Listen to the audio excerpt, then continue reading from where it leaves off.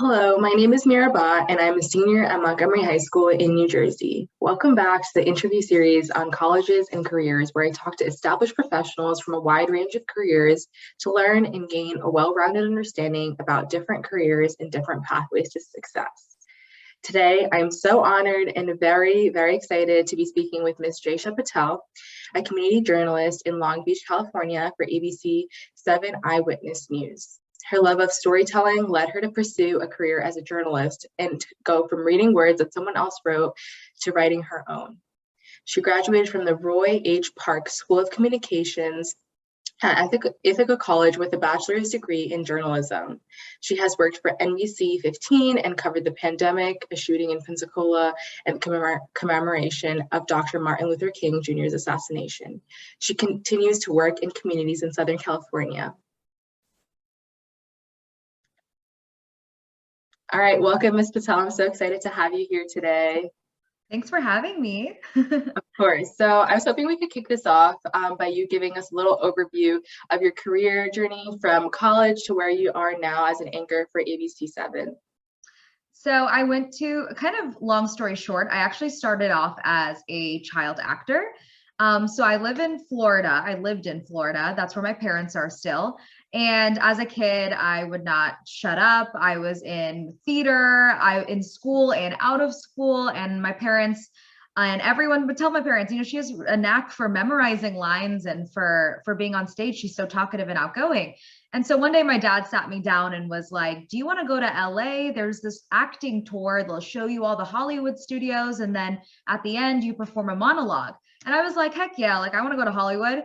And so I went and I toured all the studios and I fell in love with it. And at the very end, I performed a monologue in front of a group of people who I didn't know at the time who they were.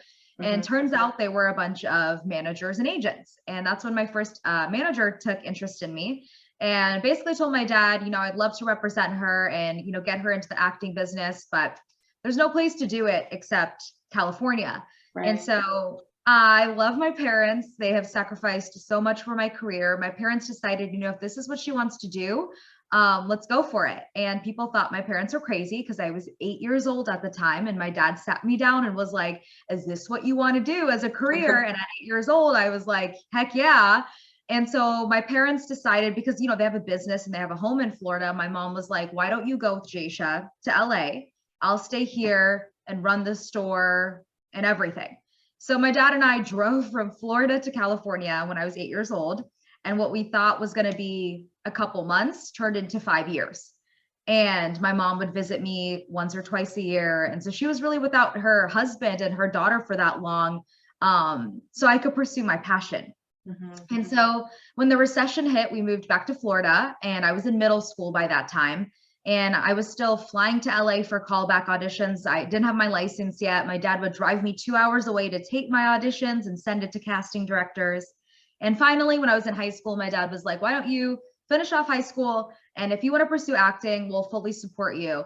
And my school had a broadcast journalism program. And it was a very unique program. They had a studio. We learned how to edit, write, anchor, report, everything. And I fell in love with it. I also was volunteering at the time. So I loved to help people. And so helping people and my passion for media kind of made my passions change from acting to reporting. So that's when I decided I want to go to college for journalism. And then my first job was in Mobile, Alabama as a morning reporter for the NBC affiliate there. And my dream was always to come back to Los Angeles and pursue journalism. And I didn't think it was going to happen so soon, but I guess the stars aligned and it was a little bit of luck. But when my contract was up in Alabama, the position for a Long Beach reporter was open for ABC7. And so I had to jump on it and now I'm here. Wow, it's so inspiring hearing how you explore your interests at such a young age. But, I guess it all works out for the best. Yeah. So when you were in college, is this kind of what you imagine yourself doing within journalism? I think there's a lot that you can do. So did you always imagine being an anchor? So anchor and reporting is two different things. Okay. Anchors are the people who sit at the desk. Okay. I'm a field reporter, so I'm out in the field, which is where my passion is because that's how you immerse yourself in the community. Right. I've always seen myself as a reporter. I think in the future, when I'm older, I think I would like to anchor But for Right. now, I'm young, I can run around, I can lift the equipment. I've always seen myself as a reporter engaging with the community, doing community stories, bringing change to the communities that I live in. And Hmm. so this is something I've kind of always visualized for myself. Okay. And I imagine as you are doing community stories, you don't have a set schedule or anything, but what does a typical day or week look like if there is such a thing? It's really spontaneous because, as we all know, the news changes every second of the day. So Right. typically my shifts are from 9 to 5, 6, 7, kind of depends which show that they want me in. Okay. And a lot of people think news is really glamorous when it's not. I get a photographer when I'm live for safety reasons. But I'm not always live, but I'm always doing stories every day for the newscast. Just because I'm not live doesn't mean I'm not doing a story. So I go out with my equipment and I set up the stories myself, I shoot them, I write them, I get all the approvals, I edit the story myself, I send it to the station, and I post my own story to the ABC7.com website. So it's a lot of work and it's all under a deadline. So if my show's at 5, I have to make sure all of that is done before 5 and it gets in and they have it downloaded, ready to air. So typically there's like a morning meeting at 9:15 where we discuss ideas. And sometimes I have stories already set and Mhm. sometimes I'm assigned them, kind of depending on what's going on. Got it. Wow. Yeah, that seems like you're just juggling a bunch of hats all the time. Yeah. Yeah. Um, so what challenges have you faced as a young woman of color breaking into this industry that may not have as much diversity in it? Uh, that's a good question. I feel like being young and in this market, because the way news works is there's different news markets, Mhm. and LA is in the top 3. It's number 2. It's New York, LA, Chicago. Okay. So being so young, it's kind of intimidating going out in the field. And I'm 25, and everyone else is 40 and up. Yeah. And they're veteran reporters that have been doing this longer than I've been alive. And I feel really green and like I don't know what I'm doing, but I have to remind myself, you were positioned and you got this job for a reason. So Mhm. do it with all your heart and do your best. So I think it can get intimidating at times, but also there's not a lot of representation of Indian women or just Indians in general, South Asians, I Mhm. should say, in news. And so that's also one of the reasons that I wanted to get into this, because when I was little and I was watching the news, I never saw a South Asian. In fact, there was like one person of color on the newscast growing up. And Mhm. so I definitely felt like there needed to be a place for more South Asians in the journalism world. And if I can open the door for more people to come in, that's great, because obviously representation matters. And we've all seen that, especially within the last couple of years. And while there's more South Asians going into media, Hollywood, I think there's still a gap within journalism and we need more journalists. And so I would say that's, kind of being younger in this market is intimidating. Also just being around a lot of the photographers who end up, most of them are males. Mhm. They kind of try to shove you aside and kind of like write you off. And I've gotten some mean comments before from, backhanded comments from other people in the business. But at the end of the day, it's just, you have to think about your goal and where you're going. And you got to definitely have thick skin, because it's not easy. And the viewers are mean sometimes, and they'll pick apart your looks and your report, and you can never make everyone happy. So you have to have thick skin. Right. Wow. And yeah, I think that like what you said, that it's really important to see representation, but also in terms of media, I think that we've really seen a shift over the last like decade or so in this age of like 24/7 news and social media, where we just have alerts like at all times. So as a reporter, how do you stay relevant and engage your audience, but also like see your job changing as social media becomes more prevalent in our lives? So everything's changing to social media and digital. So now the way we do news is very different. Back in the day, your parents turn on the TV and watch the 5 o'clock news, but that's not the reality of it today. Right. Everyone's getting their news on Instagram, on Facebook, on Twitter. And that's where I've seen the biggest shift is how Mhm. can I engage my audience on social media to make them tune into the news or to drive them to our ABC7 website so they, go onto it. And so Mhm. I think a lot of it is videos and content. Videos and pictures do very, very well on social media.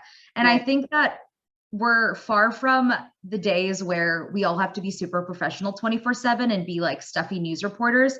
You know, we all have a personality, like let's show it. I feel like me on my social media, kind of letting people in on my life, on what I do day to day for my stories, what I do in my free time when I'm not at work makes me more personable. And I think a lot of the younger reporters have that kind of same mentality, is when people feel like they know you, they want to engage with your content and they want to watch your stories rather than you always posting news 24/7 and acting kind of like you don't have a life outside of your job, because let's be real, that's not the reality. And Right. so everything is shifting towards social media. And the thing is, I don't know where my job's going to go in a couple years, but there are platforms like Peacock and other streaming platforms that are now hiring digital correspondents. So that might be a possibility for me in the future, because now all these even national outlets are making streaming platforms that people can tune into on Hulu, or, you know, can go on their website or have an app on their phone. And so as far as my job, honestly, it's ever changing. So I have no idea where I'm going to be. But your question was, I think, how we stay relevant to the community, right? I think it's finding stories that they care about. And like for example, in Long Beach, people really care about the street vendors. So when something happens and a street vendor gets attacked or they need help, those stories perform very well. And it's also rewarding to do those types of stories, because in a way there's a GoFundMe or something involved, and those people get help and love from the community. So I think it's finding out what your community cares about. Right now, there's a huge mayoral election happening on the 7th. And so talking to the candidates and letting people know these are who you can vote for, and these are this is what they're passionate about. These are the issues that you need to know about that they really want to hit home. So really just kind of finding out what's interesting in your community and kind of trying to do those stories.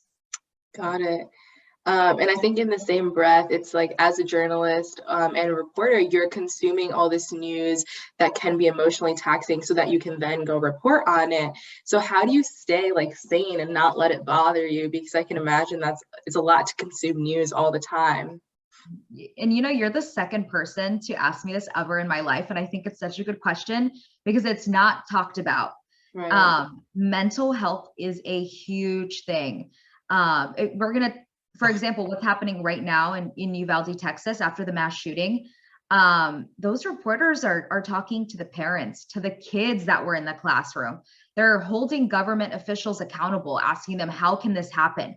And it's honestly emotionally draining, because obviously it's not as hard for us as it is for those poor parents who have lost their children, but to be around such a tragic and sad situation, you kind of take that home. And there are stories that I can remember, especially when it involves kids, that have really stuck with me. And I remember their face, I remember their names, I remember the story, when, where, how, everything. And I think the best way I deal with things is on the weekends, I unplug. I'm not going to check my emails. I'm not going to watch the news. And unless there's something huge, like I don't want to check any streaming news platform, because that is my job and I love my job and I'm passionate about my job, but it is taxing at times. And so you have to learn how to unplug, because if you don't, you can kind of drive yourself crazy. So I definitely need to just on the weekends stay away from the news. But the news is very important. And I want to hit that home because especially right now, I think there's like a lot of hate towards reporters, anchors, and the media. And I think at the end of the day, we need to remember that we're all human. And during these tough situations, people might see it as out of line to interview family and kids, but it's important to get their stories out. It's important to hold government officials accountable. Someone has to do it. And without the media and the news, we wouldn't know things are happening in the world. And so I think that added kind of hate that's kind of coming towards the media right now, mixed with our taxing stories, can be a lot. Yeah. So kind of switching gears and talking a little bit about more about college. So if you had to go through the college admissions or kind of career process all over again, what would you do differently, if anything? And I think that it's a little different for you since you've been kind of doing this for so long. But in terms of maybe thinking about people who want to go into journalism or be a reporter one day, what would you kind of offer them as a piece of advice?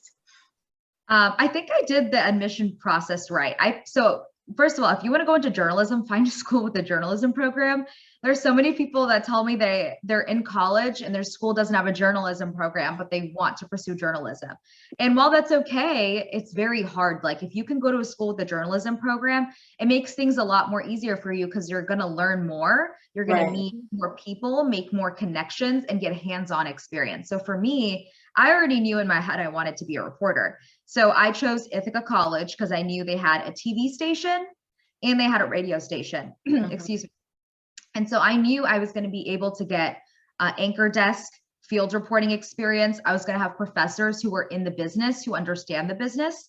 I was going to be learning how to, expand my editing skills and learning about the careers. And it was the best decision I ever made because through that, I was getting experience my freshman year outside of the classroom in the fields that I wanted to do. And so find a school that's definitely right for your career path and your budget. Even a lot of community colleges offer those types of programs. And if for whatever reason, you can't go to a school with a journalism program, internships are your best friend. And my best advice is to probably just cold email, message a reporter on Twitter and be like, hey, do you know if internships are available at your station? I would love to apply. And introduce yourself. But internships are where it's at because that's where you're actually going to get real world experience. Yeah, and I think that through my interviews, I've heard that for a lot of things. Like everyone just says, like hands-on experience is the best. So, yeah, good to hear. And I think I covered kind of this, but all right, we'll go on to another thing then. Who or what is your biggest inspiration in this space? I think that you probably like look up to someone because you're like very personable in this space. So, do you have anyone specific that you like look up to? I love Aisha Hasni. She's a Fox correspondent. I love Rina Nainen. I believe that's how you say her last name. And they're also both South Asians. Let me think. I think those are probably my top two. Okay. Zoreen Shah, ABC, love her, also South Asian.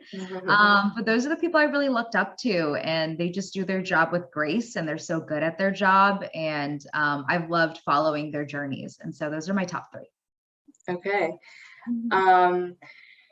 So I guess we've covered a lot, but do you have any last pointers or pieces of advice for high school or college age students who are trying to explore different career paths or are interested in journalism?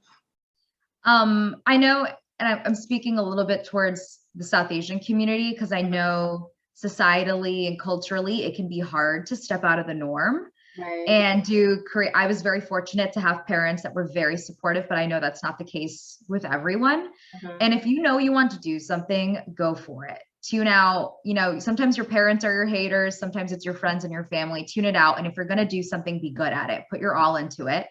And if you want to be a reporter, there's this stigma that like you need to start off in a market in the middle of nowhere in the market 200 something, which is fine, if you do start in those markets because you need to get your foot in the door somehow, but apply everywhere.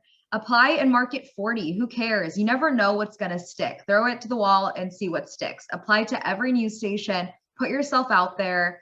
I always say rejection won't kill you. A no won't kill you. It's only going to redirect you into your path and what's meant for you. And so I say, if you want to be a reporter, like don't be afraid to apply for some of these crazy jobs because you never know what's going to happen or who you're going to meet and whose radar you're going to end up on. So definitely put your all into your career. Don't listen to anyone. Rejection won't kill you. And go for it. All right, sounds great. And I can't wait to see where I see you on the news one day. I mean, I'm not really local to California, but hopefully you'll make your way over to the East Coast and I will see you on some big TV. Anyway, thank you so much. And thank you for all your valuable advice and insight for people who will watch this and even for me. So yeah, thank you so much. Thank you so much. It was so nice meeting you. Yeah.